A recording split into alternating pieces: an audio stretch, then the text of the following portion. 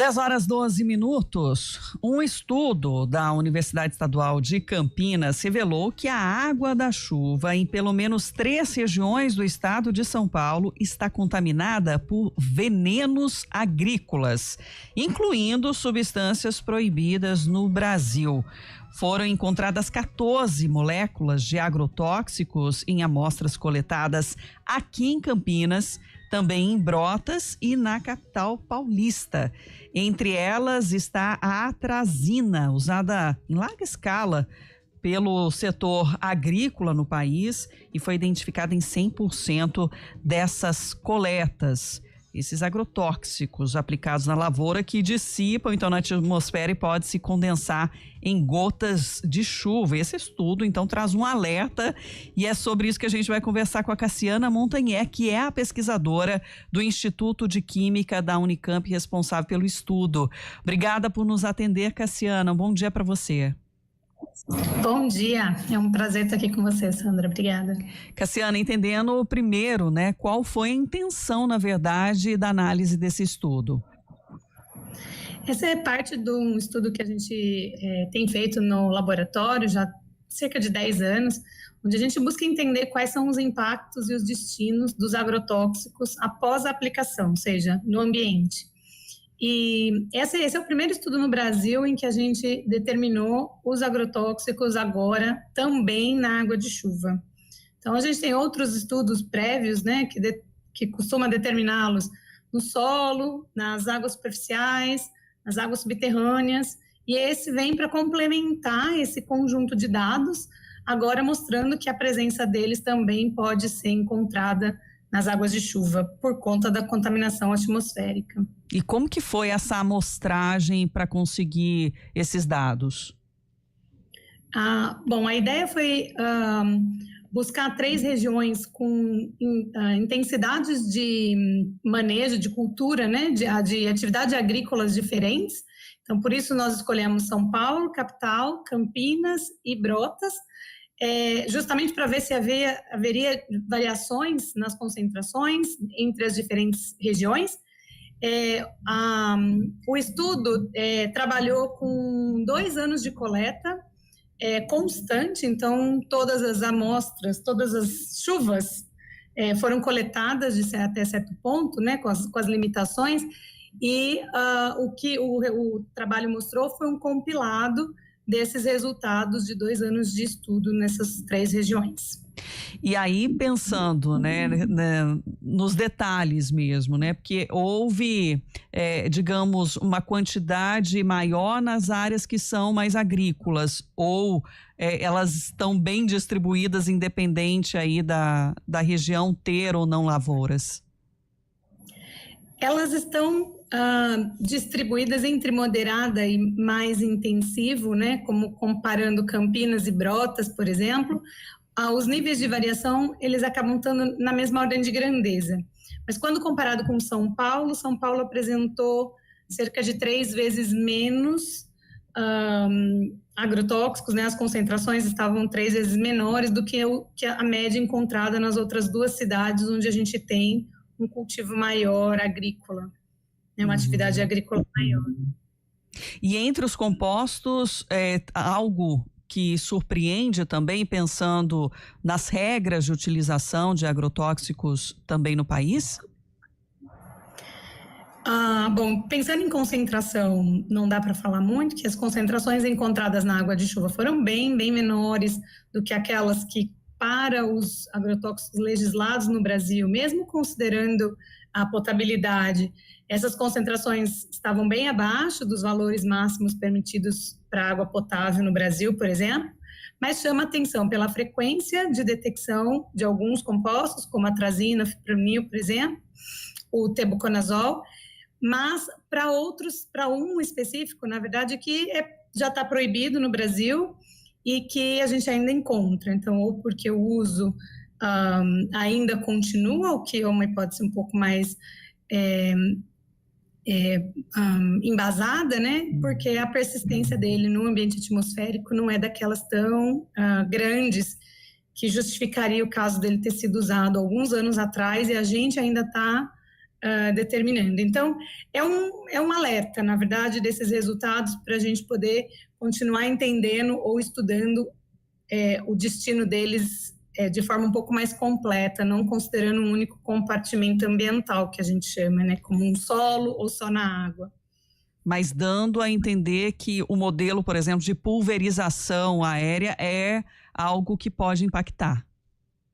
Sim, a gente considera que a pulverização é a principal fonte, quando a gente pensa no manejo agrícola, da dispersão dos agrotóxicos no ar. Até porque muitos deles, eles não têm uma capacidade de se volatilizar, como a gente chama, né? De sair da água ou do solo e ir para a atmosfera.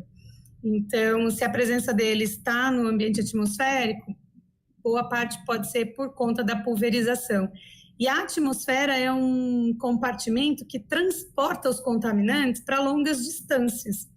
Então, isso acaba disseminando mais uma contaminação, diferente do solo, por exemplo, onde a contaminação ela acaba sendo mais localizada nas regiões de aplicação.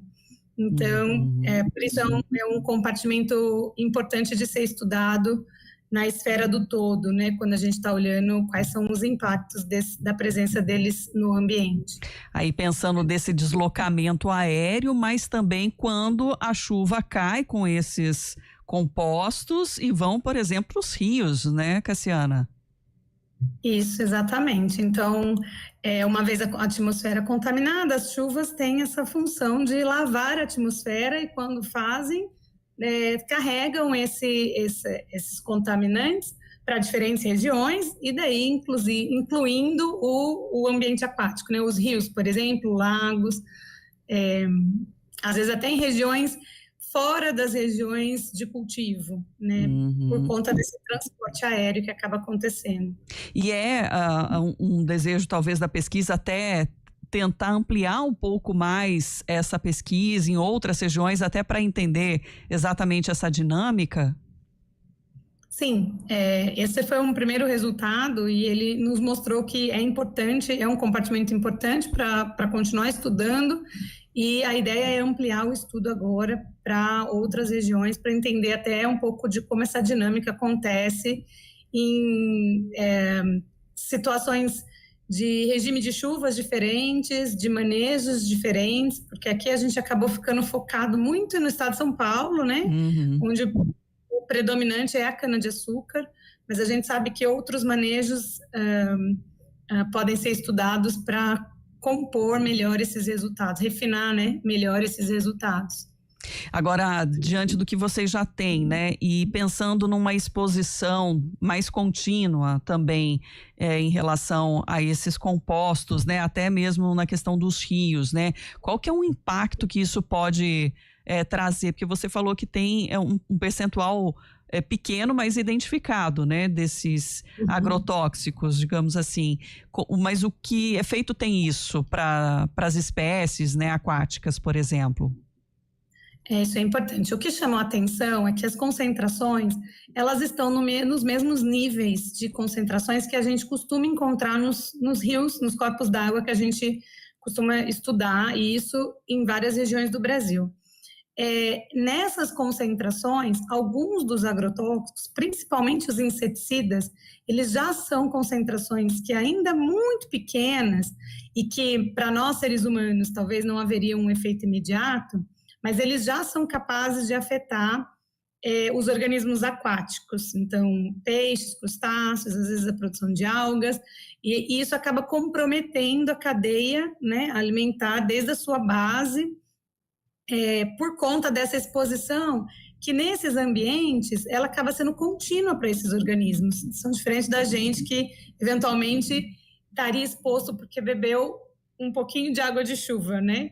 Mas eles estão todos os dias expostos a essas concentrações. E aí, nesse cenário, a gente encontra alguns efeitos na reprodução, alguns efeitos bioquímicos que acabam impactando a longo prazo. Não são efeitos que matam os organismos diretamente, porque as concentrações não são nesses níveis altos, mas são concentrações que, ao longo prazo, podem causar um impacto ecológico em uma determinada região, que é importante de ser considerado, porque nem sempre a gente consegue associar de forma direta o vilão ao efeito quando a gente pensa em exposições a longo prazo. Uhum.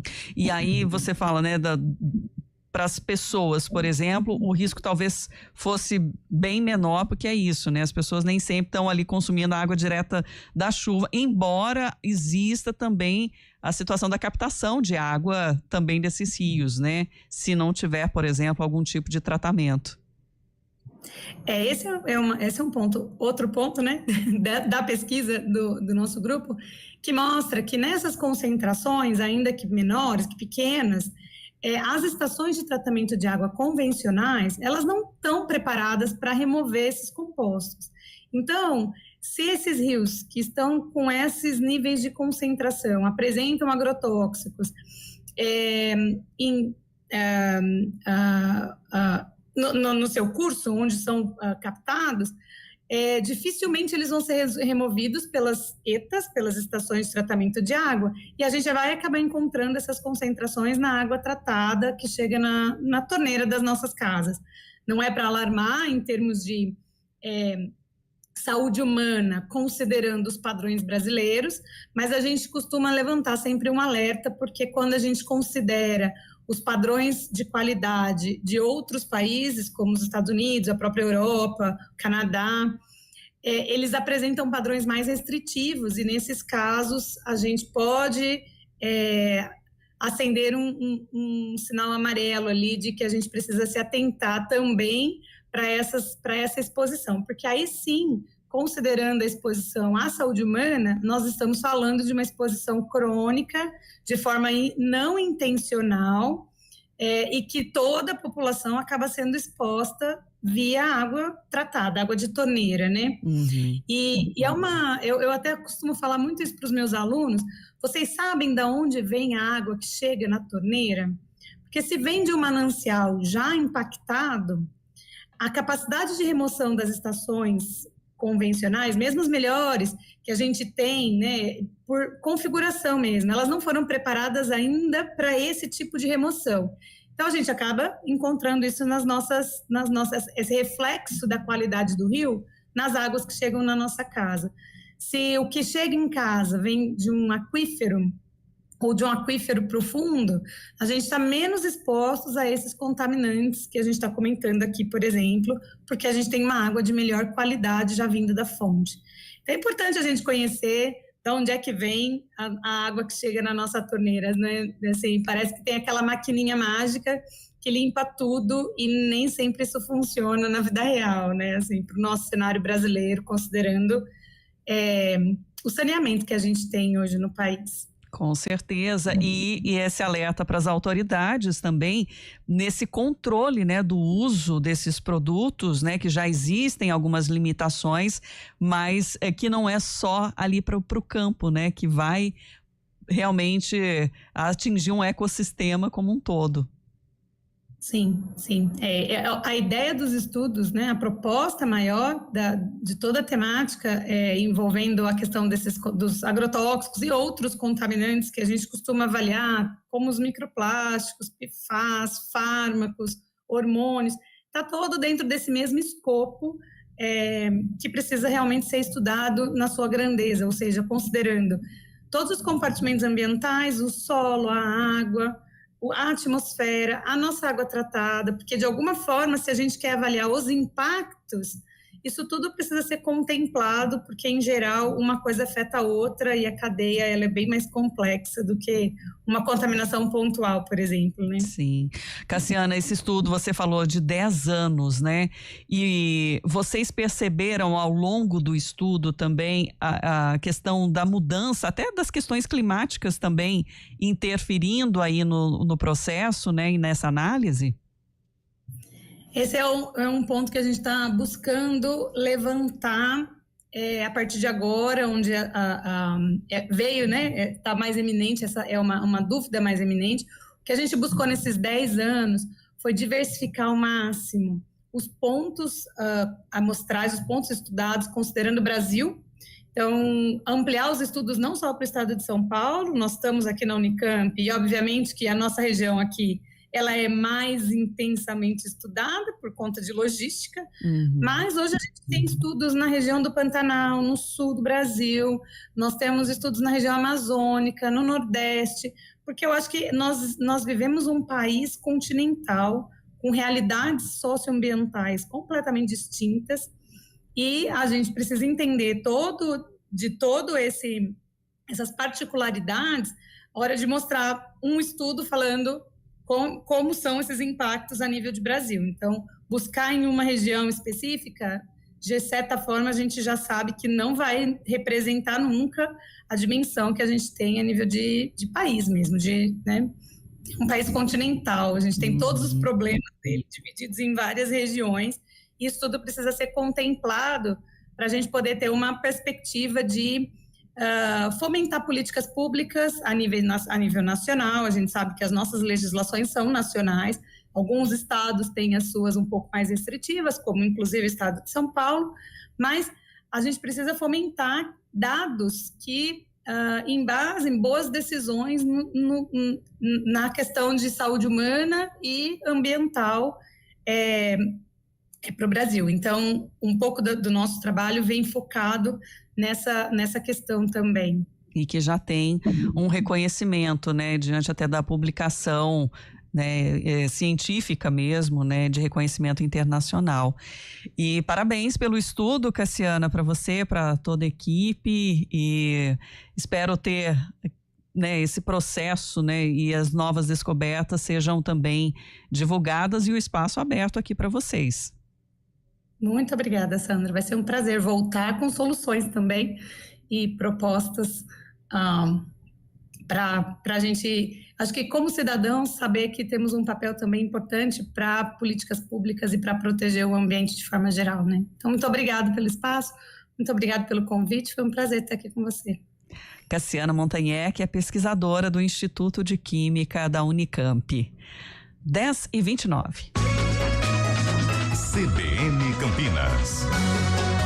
Oferecimento Recap, Sindicato dos Postos